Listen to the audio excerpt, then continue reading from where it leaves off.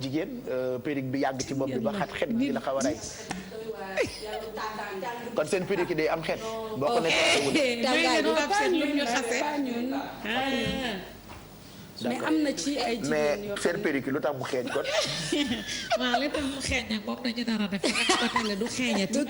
voilà donc moo tax tey ñu ñëw ci loolu Pape Cheikh comme ni nga ko waxee c'est bien beau comme ni nga ko waxee la nouvelle tendance mooy collage bi c'est que cette colle là ça a tendance à être benn colle boo xamante ne dafay am une forte odeur. et surtout bu ñu koy faral di ko teg ci sunu bopp yi par rapport ak.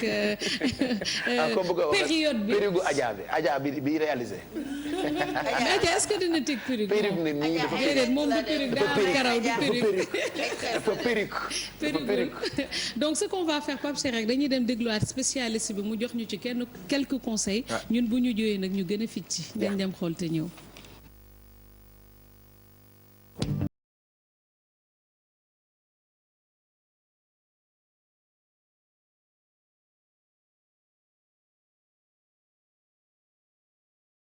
bu fekkee da nga ko bëgg a raxas affaire yooyu mën nga bu fekkee ñëwoo si comme professionnel comme man boo desee si sa kër mën nga shampoing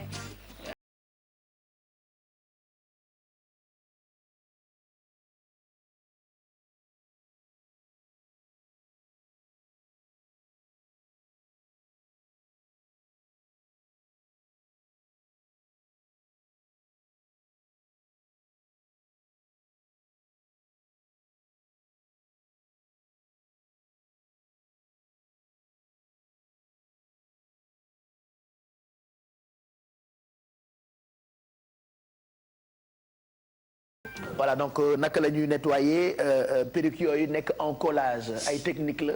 n'est-ce pas ay technique la effectivement parce que doo ko jël rek xoot ko ci ndox ak saabu. effectivement tu as parfaitement raison donc comme ni nga koy waxee rek déjà la première chose dañuy faral di wax que colle bi dafay faral di xeeñ.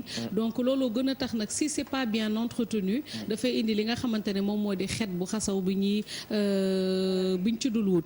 donc ce qu'il faut faire pour nettoyer ko c'est très simple parce que léegi ñu bare am nañ ko ci seen biir kër mais comment nettoyer ko mooy seen problème donc c'est très simple déjà la première chose balaa nga koy raxas il faut prendre l'habitude nga peñe ko ba nga xamante ne du am benn nœud léegi ce qu'il faut faire il faut prendre benn bassine boo xamante ne dañ ciy def ndox vu que c'est des perruques qui sont collées doo ko raxas nag bi pas ak ndox bu tàng parce que nous on a tendance à laver nos cheveux naturels avec de l'eau chaude ou de l'eau tiède mais bu dee perruques yi nag il faut laver ça avec de l'eau froide utiliser un shampoing mais c'est les shampoings de bébé parce que faut pas utiliser les shampoings que ñuy utiliser ñun pour raxas suñu bopp à la limite tu utilises effectivement à la limite tu utilises un shampoing boo xamante ne dafa nekk 2 en 1 dafa am démêlant wala mu nekk un shampoing de bébé ce qui veut dire que ce sera un shampoing doux boo ko ci dugalee aussi on a tendance à fêter mais bi nga xamante ne da nga koy coller doo ko fêter parce que bu fekkee da nga ko fêter maanaam col bi dafay teggeeku donc pour éviter da ngay jël sa loxo ak boppu perruque bi effectivement di xoojal di dindi et puis di ngàcc nii à ce que saleté bi yëpp génn boo paree aussi tu fais le même procédé ci rinçage bi maanaam lenkali bi boo ko lenkalee ba pare aussi comme bu doon cheveux wala perruque normal ak ndox normal ndox bu sedd mais par contre doo ko weñ bu doon suñu cheveux yi nga xamante ne dañ ko ñëw ak puso mun nga ko weñ mais comme bii kol la doo ko weñ da ngay wëccax nii wiccax bu baax ba nga xamante ne ndox bi wàcc na waaw di ko yëlëb rek xeetu wiccax la rek ba tey boo paree nag kepp ko ndox bi nag mun a rogolaan wàcc bu demee ba nga xamante ne dafa wow soxlawoo di ko sécher mun nga bàyyi ko mu sécher à l'air libre et puis un autre conseil aussi pour di ko denc parce que parfois y en aura dañuy jël di ko def ci mbuus boobu aussi day favoriser la mauvaise odeur biñ ciy daw donc da ngay wut benn kii boo mun a defar rek nga ciy wékk li nga xamante ne wala tête wala benn foo xam dafa am accroche rek nga ciy wékk effectivement bu yàggee non seulement di nga ko ci mën a utiliser di ko denc wala tamit bu fekkee na nga ko fóot dina mun a wow te du am xet conseil bi aussi bu fekkee da nga am perruque yu bare yow mën a denc tu peux prendre juste un foulard takk ko pour parce que poussière bi jàpp ko ba nga xamante ne éclat bu mu waroon am ci ndorteel ba du ko am. mais loolu am na solo ngeen jàpp ko pour yéen ñi am perruque collage bi noonu lañ koy nettoyer donc c'est toujours intéressant ce qu'elle nous dit. surtout pour jigéen ñi gën a assurer seen bien-être. Alfie a ngi saaf sa ay pain perdu roulé ca kanam la ñu koy ñam ak téléspectateurs yi ci supplément wu Yeewu Leen bi je veux juste savoir bu dee da nga am montre diamant comme man naka la ñu koy nettoyer. donc waaw déjà nii rek ni nga koy defee rek di wane baax na nii rek ndax bët yi rek. di ko gis ku am montre diamant naka nga koy nettoyer. da nga koy xooj ci ndox. d'accord xoojat. d'accord dégg nga nee ak bu am café. xoojat. da nga koy xooj d'accord non man kii du ma ko déglu man yow yaa ma doy ci bien-être wax ma boo takkee montre bu am diamant nan nga koy nettoyer. ak bëtu bëti tamit da koy nettoyer ba tax na foo taxaw rek di wax di ko wane bët bu ko xool rek set. Merci Mado. Allez, 9h46 mooy doog a jot presque au terme de cette partie Yeewu Leen le mag. On va enchaîner ak Bijou fuineuse la elle fait le tour du monde tous les jours grâce ak moom dañuy tukki xam yi nga xamante ni moo xew bitim réew démb elle nous a parlé de cette tendance plissée moo tax kii a aide dañu ñëw indi plissé tey man mais sax dama plissé tuuti xam naa samay plissé feeñul. dama dégg plissé man tamit ma def plissé. Ah, t'étais pas au courant. D'accord.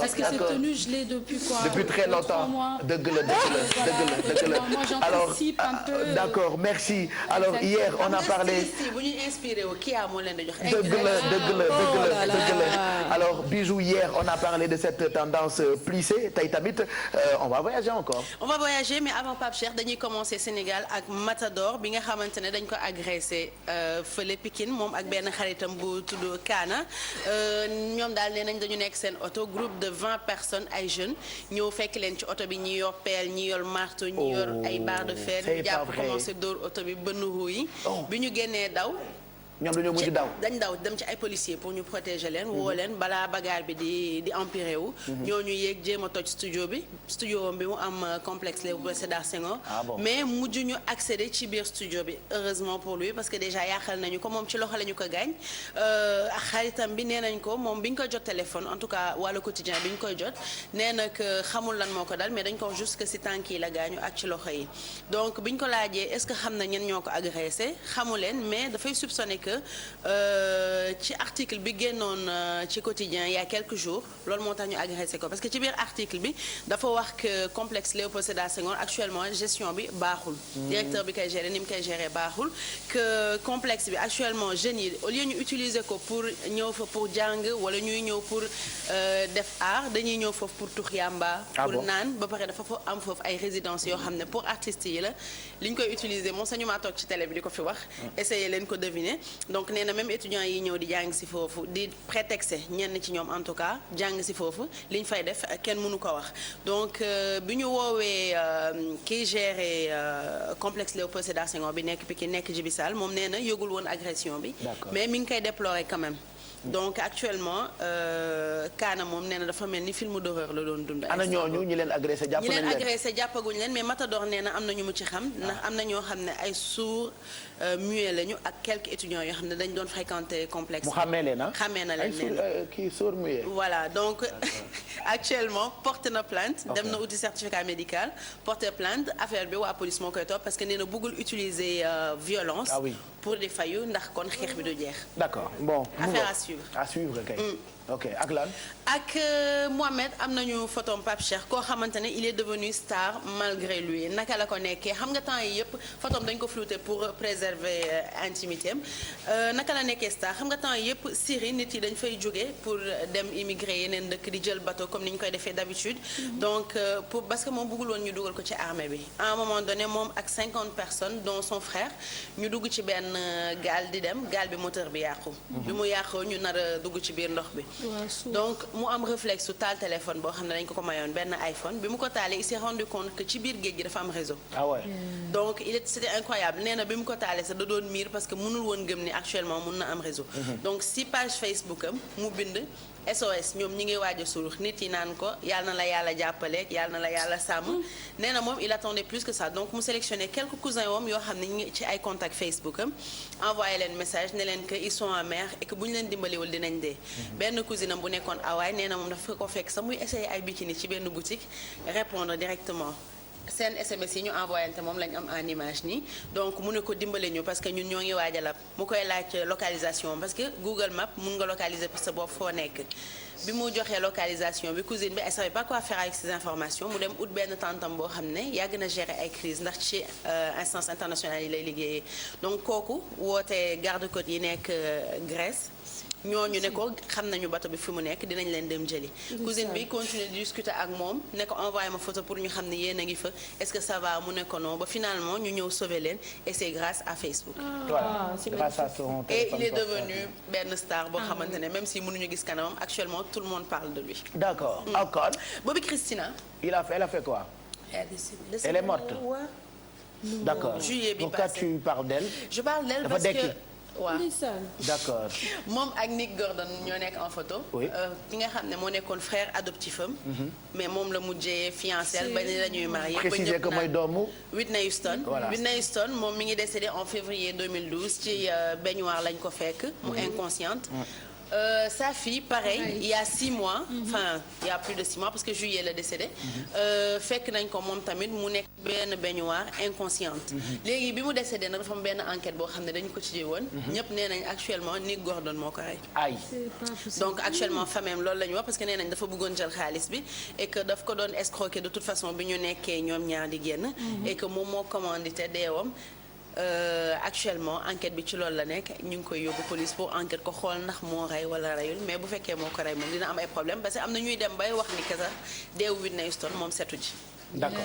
Histoire Parce que les gens disent que dañu xaw a niroo destin mook yaayam. moog yaayam parce que am na ñu doon wax sax est-ce que du moom moo def exprès. Oui. pour des mêmes périodes que yaayam parce que yaayam février 2012 la décédé moom février 2015 lañ ko fekk ci biir baignoire bi. Donc elle est restée dans le coma des jours voilà durant. des mois durant D'accord. février ba juillet famille bi bëgguñu ko woon débrancher am garder tout espoir mais finalement dañu dem ba xam ne c'est fini fallait la dem. yaayam da yàgg naa bëggal waa Sénégal Yaay- woyam boobu ni mu siiwee demal woon. ci waay bi. Oscar des vacances chanson individuelle la tudd ko.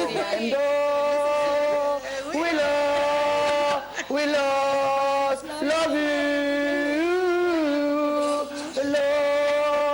we love you we always love you. ay Pape Mos. Non mais franchement on a entendu de ces voix dans Oscar des vacances tout le monde adore. Mais xam nga lan laa et comprendre. jusqu'à présent c'est une chanson que beaucoup de Sénégalais adorent même boo déggul anglais c'est comme ay Je t'aime Lara Fabian pour que tu m'aimes Céline Dion il y a des chansons yoo xamante ni les gens ils chantent ça même bu fekkee dégguñu làkk bi quoi. Oh là là. C'est clair. Bon on finit ak Rihanna.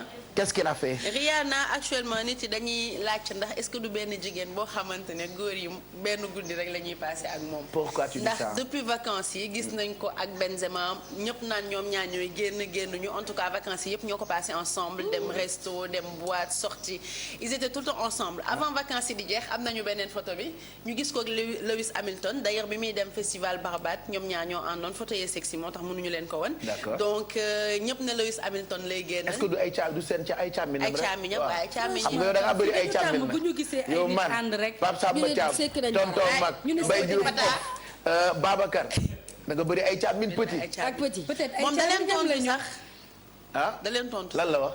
xaaral ba ñu xool dañuy def kii bi palmarès bi ba pare. ok d'accord. donc après Lewis Hamilton bi ñu jógee vacances gis nañ ko ak benn rappeur j'ai oublié son nom désolé ñoom ñaar ñooy nekk tout le temps ensemble ñu jógee fa mu ñëw ci Paris Fashion Week bi nga xam ne semaine dernière la elle en a profité pour aller voir le match du PSG bi ñu jógee ci match bi man nga ko këli ni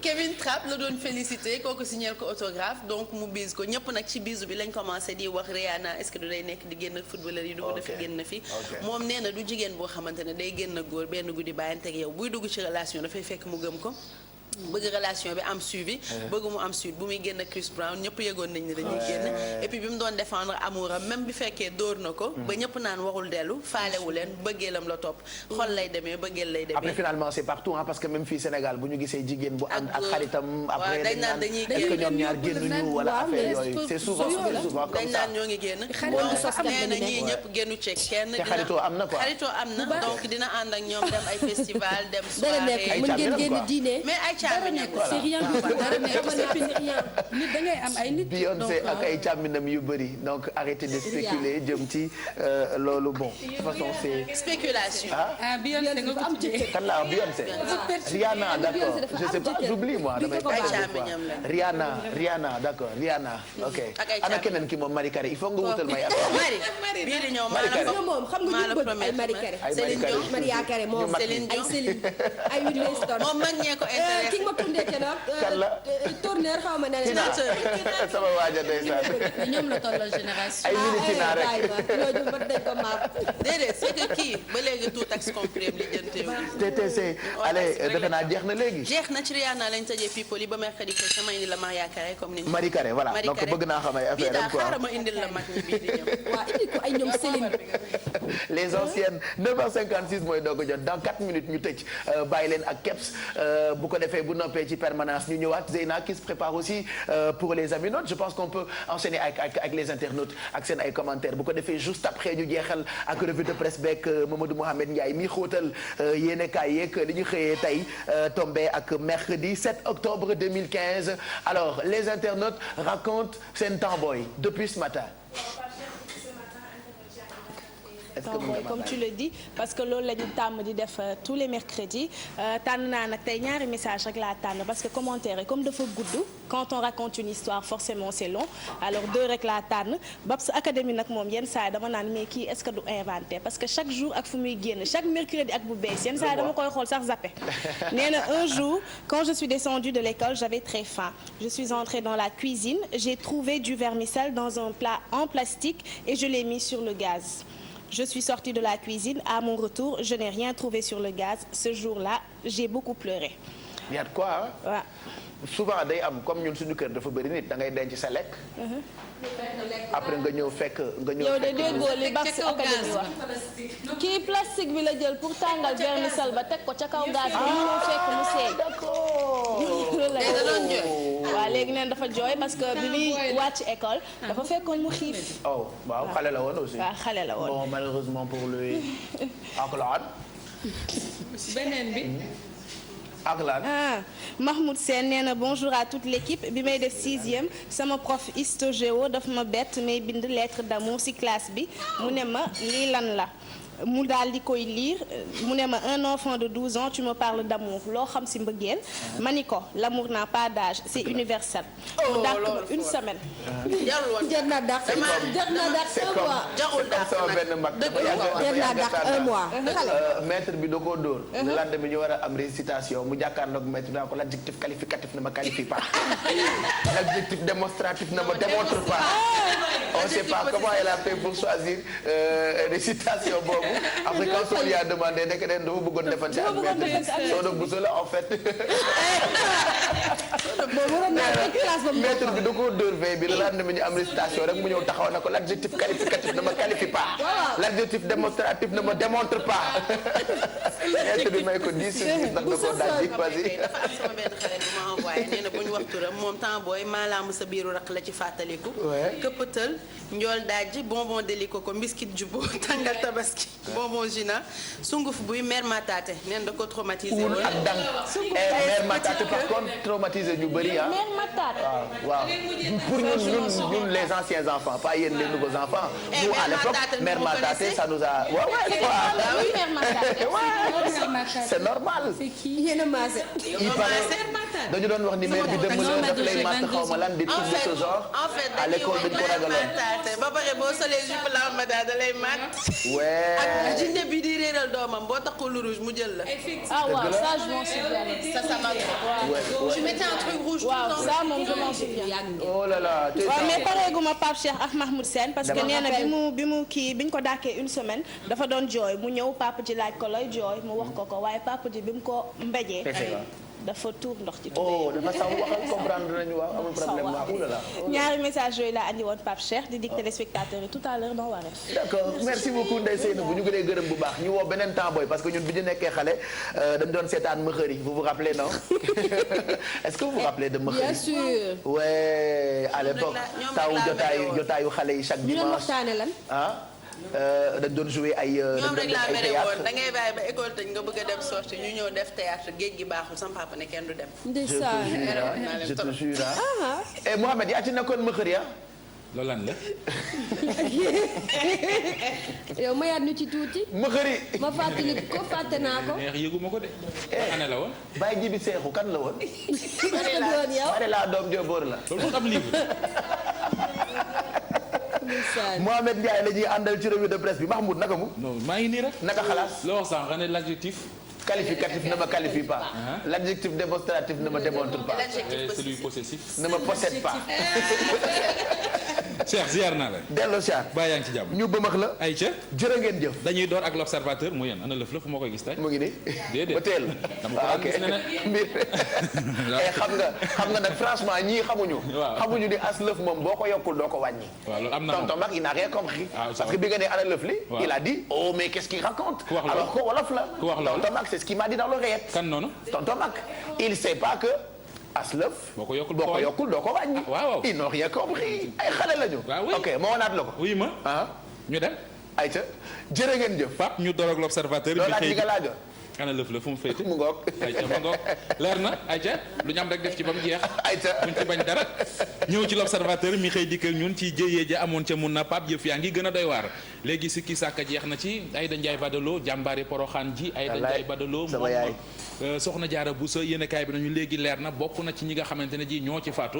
commission médicale bi ñoom ñoo ko dëggal wax ko ak njabootam njaboot gi daal di koy leeral ba tey observateur ak lim ñu wax mu di Serigne Mountakha mi nga xamante ne ji moo di wasilaam yónnee na fa ndaw foofee sax ci daje bu ñu doon amal ca la ñu jàppee ne dimanche bii di ñëw ca la ñuy dëjël kii di Aïda Ndiaye Badalo waaye suba ci alxames yi danañu wàccee kaamil jagleel ko ngir ñaanal ko Sud Quotidien xëy ci dellu siwaat moom yéenekaay bi di Sud Quotidien li mu gis mooy jëyee ji ñuy wax ca mun na yëfi jeexagul ndax ñi ngi wax fanweeri doomi aadama ak benn yu ca faatu ñëpp ay doomi sénégalais lañu am na fukki néew yoo xamante ne ji gis nañu leen mais ba fi mu nekk ni identifié guñu leen maanaam mënuñu leen a ràññee populaire moom it daanaka noonee la waxee moom la mu gis mooy moom populaire moo di jëyee ji nga xam ne am na ca mun na doomi sénégalais ca faatu fanweer ak ñett la ñuy wax am na 13 corps maanaam fukki néew ak ñett yoo xamante ne ji gis nañu leen mais kenn identifié wu leen bu ñu moytul daal danañu yegg ci ñeent fukki doomi aadama ak juróom benn yu faatu turbine moom yokk loolu nee na des na tuuti bu ñuy waxati doomi Sénégal yi faatu ca Màkka nañu ne juróom fukk ak lu tekk ndax yëfi mi ngi gën di jéggi dayoo yéenekaay bi nañu am na sax benn étudiant boo xamante ne ji nee na moo gisal boppam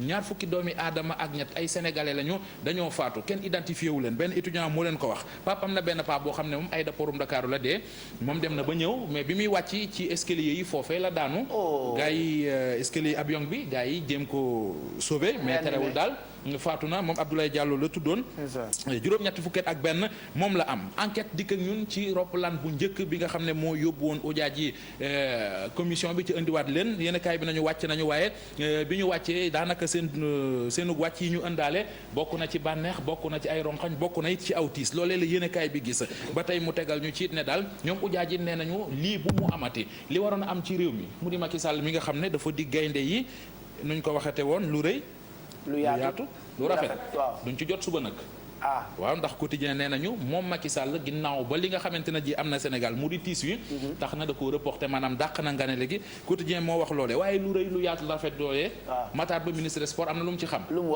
wax na ko ci l'observateur ñu xool observateur bu ñu xoolee moom Matar Ba ministre des sports maa nga cay wax nee na gaynde yu jigéen yi gagné afro basket bi danañ am prime boo xamante ne ji juróom-ñetti millions yu manqué ñeent fukki junni lay doon d'accord nee na loolee lañ leen di jox maanaam 7 millions et quelques mangook ba tey teg na nee na ñaari afro basket yi nguurug Sénégal dugal na ci juróomi téeméeri million ak ñaar fukk ak juróom-ñaar ñaari tubaab bu meree day xonq mais madame Viviane Wade laas na nañu verte la def ci maire mi nga xam ne def na ko ndax doomam ji li mu am ne teraanga mu di ay bien gars yi dañ ko bëgg a jaay loolee nag bi ko soxna si yégee dafa ñëw Ndakaaru daal ngir lijjanti ko mais neexu ko ñu dem ci réew mi quotidien xooli lu aju ci jam ñaajo ak li nga xamante ne ji am na fa réew mi quotidien la bokk bu fekkee journal bi beggandigul Pape nañ ko tëb dem ci populaire waaw xool fa ak Serigne Mbacké Ndiaye li nga xam ne wax na ko moo nekk noonu ci suufa suuf démb bi muy janook taskatu xabaar yi Pape ba gars yi di ko laaj mbirum traque des biens mal acquis dañ koo bëgg a reprendre at maanaam bëgg koo doxalaat lu mu ci gis Serigne Mbacké Ndiaye lii la leen tont bu ko Macky Sall wéyelee ñun ñi ñooy dem kaso moom ci boppam moo wax loolu waaw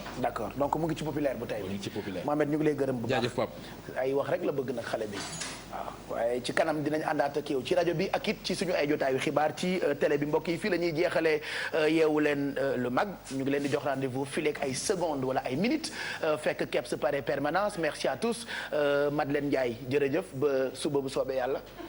et coucou à Dida. de Yokkutar. merci Fama Seck ñu ngi lay gërëm bu baax.